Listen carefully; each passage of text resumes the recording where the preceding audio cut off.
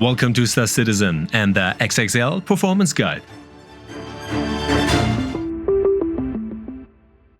In this guide, we will show you 50 tips and options that can get the last FPS of performance out of Star Citizen for you, so that you can enjoy an optimal gaming experience and the highest possible frame rates.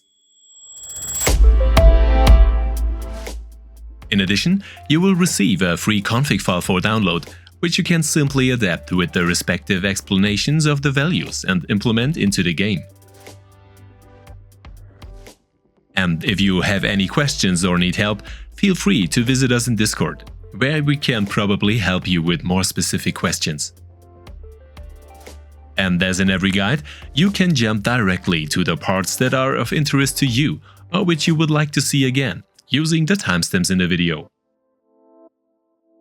But first, an important hint: the various tips and options that can improve your performance, some of them very significantly, will of course vary depending on the hardware configuration you are using, as well as your own preferences. In addition, some performance areas in Star Citizen, which we can perceive directly, are often dependent on the server performance, as Star Citizen works with a special streaming technology. Here, even the strongest hardware has no effect. Therefore, we will introduce you to some very extensive possibilities in various areas, which can not only improve the performance of your system for Star Citizen, increase the game comfort, but also ensure more general stability and security of your system. And in corresponding areas which require previous knowledge and a knowledge of the effects, we will of course point this out to you again. Furthermore, Star Citizen continues to develop on a regular basis, which also has an impact on performance and mostly in a positive sense. But first of all, a big thank you to true ladies and gentlemen who make this video possible with their support as Patreons, channel members or Twitch subscribers. Thank you! In order to estimate in advance which FPS, frames per second, we can expect in Star Citizen, it is a good idea to check the expected performance values of your configuration under the telemetry app after logging into robotspaceindustries.com. And here is one of the most important tips: having the fastest possible SSD, a fast storage medium for your game data, has a very noticeable effect on performance, more noticeable than in other games. Moreover, Star Citizen is very CPU heavy, which makes the graphics card take a backseat. However, more performance is of course an advantage here as well. With our high-end test system, we are in the upper range around 70 FPS, although in urban areas and cities often only half that can be achieved, which is true for almost all systems due to the current optimization. Tip number 1. We create as much space as possible on our hard disks in a safe way. Using the Windows Explorer and right-clicking on our various hard disks, we can use the Disk Clean function under Properties to remove data that can be safely deleted, which reduces our system load. In addition, we can also clean up system data on our system hard disk, which in some cases frees up considerable amount of memory and can also speed up the system. However, not all unnecessary data is deleted.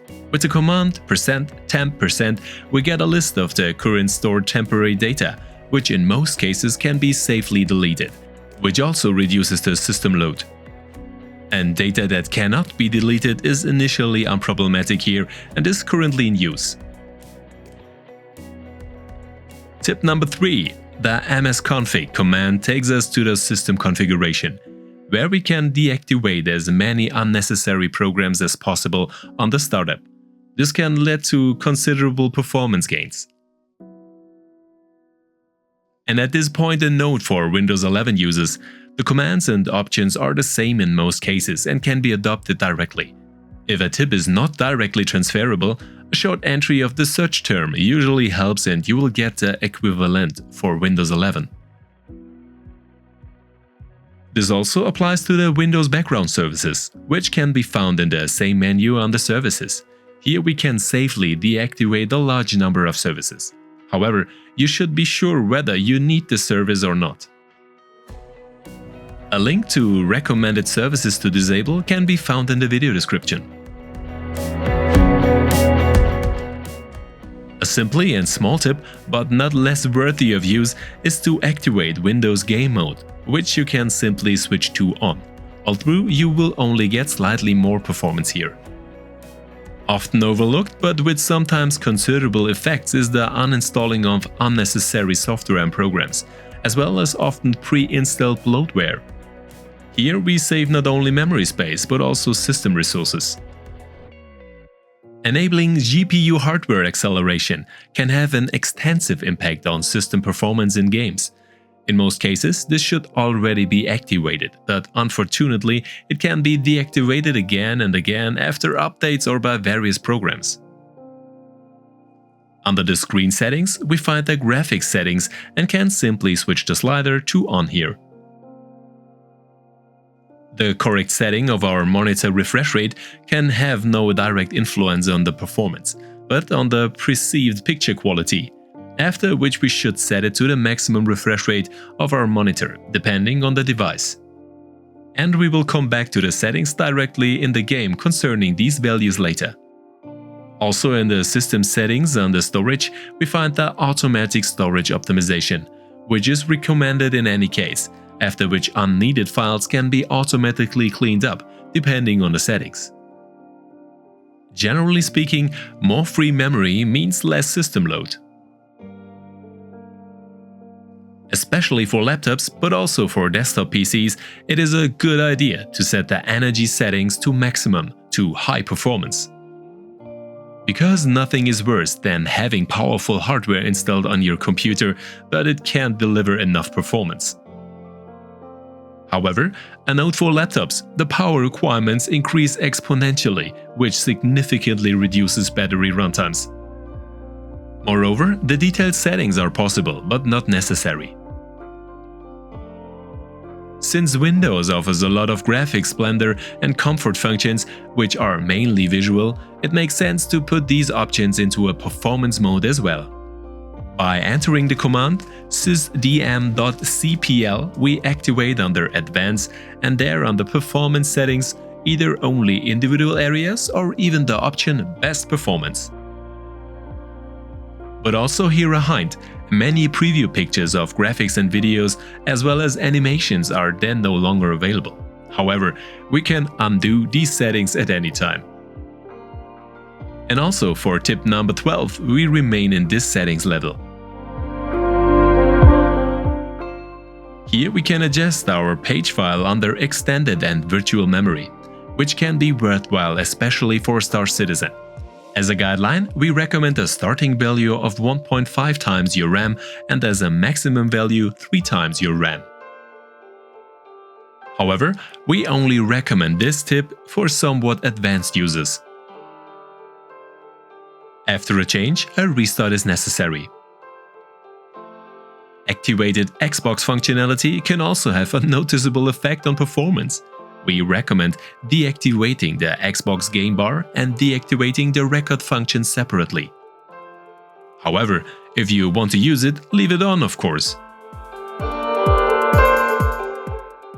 Tip number 14 offers a comfort tip, because nothing is more annoying than Windows notifications or the informations about the new update in the middle of a game. To do this, we can either set notifications to important priority ranges or simply deactivate them completely. Depending on the CPU, increasing the process priority, especially for Star Citizen, can have an enormous impact on your FPS and the general performance. However, this is no longer possible via the Task Manager, as it was in the past, so we would like to present you with 2 different variants of how you can still set your process priority to high. Negative effects of this are only found in extremely rare cases. However, we interfere with the Windows registry or have to use an additional program, which is why we recommend this tip only for experienced users. In variant number 1, we use the command regedit to access the registry editor, where we generate a new value under Local Machine, Software, Microsoft, Windows NT, Current, Version and there under Image File Execution options. We name this starCitizen.x and generate another value, a key, which we call perfOptions. Down here, we again create a new value, a dword, 32-bit, called CPU priority class. And after a double click, we select the hexadecimal value 3. And after a restart, we have then permanently set the process priority for starCitizen to high. Variant number 2 uses an additional program, the process lasso, which we can only recommend to a limited extent for pure use in starCitizen, since we have to use a background program again, which also costs resources and can lead to problems. In the lasso, we can also select starCitizen.x and give it a high process priority. The effect is the same. Another tip, and again for advanced users, is to make the settings directly in your graphics card drivers. Although we will restrict ourselves here to NVIDIA, although the settings can in most cases also be transferred directly to AMD chips. In the first setting, we select our strongest installed graphics card for the physics calculation, and then go to the maximum performance mode under power management in the 3D settings. Especially for starCitizen, we recommend setting the shader cache to 10 GB, although 5 GB or 1 GB can also deliver good results. We also recommend setting low latency mode to on and vertical sync to fast. We also check whether our most powerful graphics card is selected under CUDA. Alternatively, we can also create our own profile under the program settings, especially for starCitizen, whereby we only set the settings accordingly here, and otherwise our graphics settings for other programs or games remain untouched. And since we can achieve negative effects in this area with incorrect settings, it is advisable for inexperienced users to simply set the performance to performance under the general tab settings in the uppermost area. This already leads to a noticeable boost in graphics performance, albeit with a loss of quality. Our tip is to create your own profile for starCitizen and adjust it bit by bit. With tip number 24, we deactivate the very pleasant feature G-Sync or FreeSync, as this can lead to poorer performance or general problems in starCitizen. If this is not the case for you, you can of course leave it active. Tip number 25 is a typical workaround for graphics errors, especially in starCitizen or general problems in the game. After, we can delete our shaders folder by entering the command %localappdata %/starCitizen under the respective version numbers. These are recreated after a restart, and problems or graphic errors can be fixed by this. In addition, a performance improvement is possible. Another specialty, especially for starCitizen, is the start of the game by right-clicking on the shortcut and selecting the full screen optimization under compatibility, as well as the option of starting as administrator. This in turn can have a direct impact on game performance. But let's go into the game directly. Under Options and Graphics Settings, we reach the Graphics menu. Full Screen Mode offers a maximum of FPS, whereby the general quality setting can initially shift the load between CPU and GPU depending on your system. We can often see that the lower the settings, the more load is transferred to the CPU. If we increase the quality, the GPU is sometimes used more. The object distance as well as the terrain distance have a little effect on the FPS. The volumetric clouds, on the other hand, have a considerable impact, which can bring even high-end computers to their knees, especially at high levels. With motion blur, VSync and film grain deactivated, we again have a performance plus. We also recommend setting sharpening to 100 and chromatic aberration to 0. But how do we determine what performance we have in the game? Using the console, the key directly next to the number 1 on your keyboard, we can open an overlay in the upper right corner with the command R_display_info_1, which shows us not only our FPS but also various other values. With the same command, however, we can also request extended informations, such as our ping, the data exchange with the server and more, whereby with displayinfo 2 and also displayinfo 3, the data can be extended considerably. Here we can also see whether a server is still responding at all, or whether we are heading for one of the famous 30K. Also a console command, the input r_SSDO is 0 or the value we recommend 1. SSDO is a lighting post-processing process that can make areas look nicer and more realistic. Here we can choose 0 for maximum power up to 2 for maximum quality. And if you are from the future and want to achieve more than 100 FPS in Star Citizen, you can theoretically limit it. A setting we can only recommend in the extreme is to influence the GPU render thread, which we can force the main thread to finish the status updates with the network before it starts rendering the next frame. This can, in exceptional cases, bring higher FPS at the expense of network performance. Or it may even degrade performance, absolutely at own risk. Also at own risk is the configuration option of the various shaders, which can either be adjusted directly in the game via console commands, or you can use the prepared config file presented in tip 49, which makes some performance influencing shaders adjustable. Often forgotten are running background programs, such as launchers of various overlays. These often update themselves in the backgrounds, download data and can disturb your performance considerably. Therefore, deactivate what you don't need. A classic from tech support, but always a possibility to achieve better performance, are regular updates. Windows, the BIOS and drivers offer a lot of potential here. Especially for graphic card users, it may be advantageous to switch to the Studio driver in addition to the Game Ready driver, which is actually optimized for applications, but often runs much more stable. And as announced, we recommend the absolutely free downloadable user config file, which you can adapt to your needs and use directly for Star Citizen.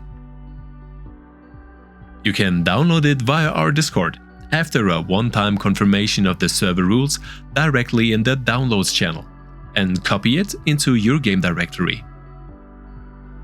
The respective settings are explained directly in the file with the corresponding values.